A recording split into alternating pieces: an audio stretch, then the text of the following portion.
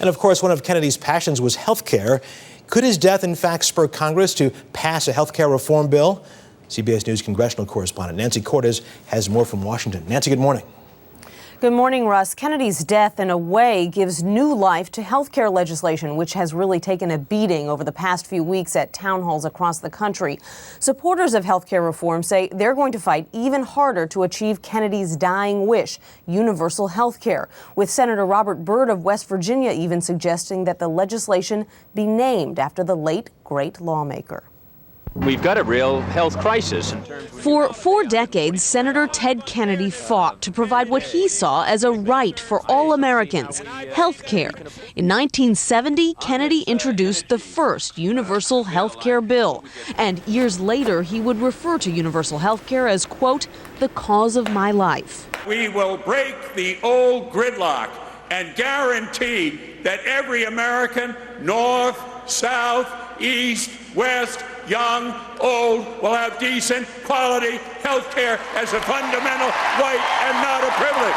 Kennedy is credited with a long list of health care accomplishments, championing the Children's Health Insurance Program, drafting legislation creating HMOs, and helping to pass Medicaid and Medicare. There is nobody in the United States Senate who has had a louder voice and a more effective voice on health care issues.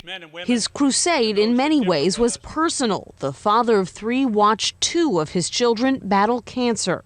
But the battle he fought against a malignant brain tumor that ultimately took his life kept him from personally spearheading the current health care reform effort.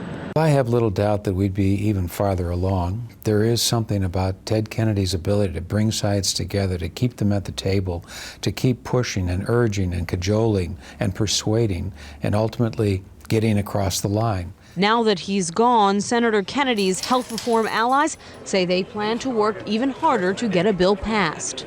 I'm dedicated to it, and in his memory, I will do everything I can as long as I can stand in the United States Senate.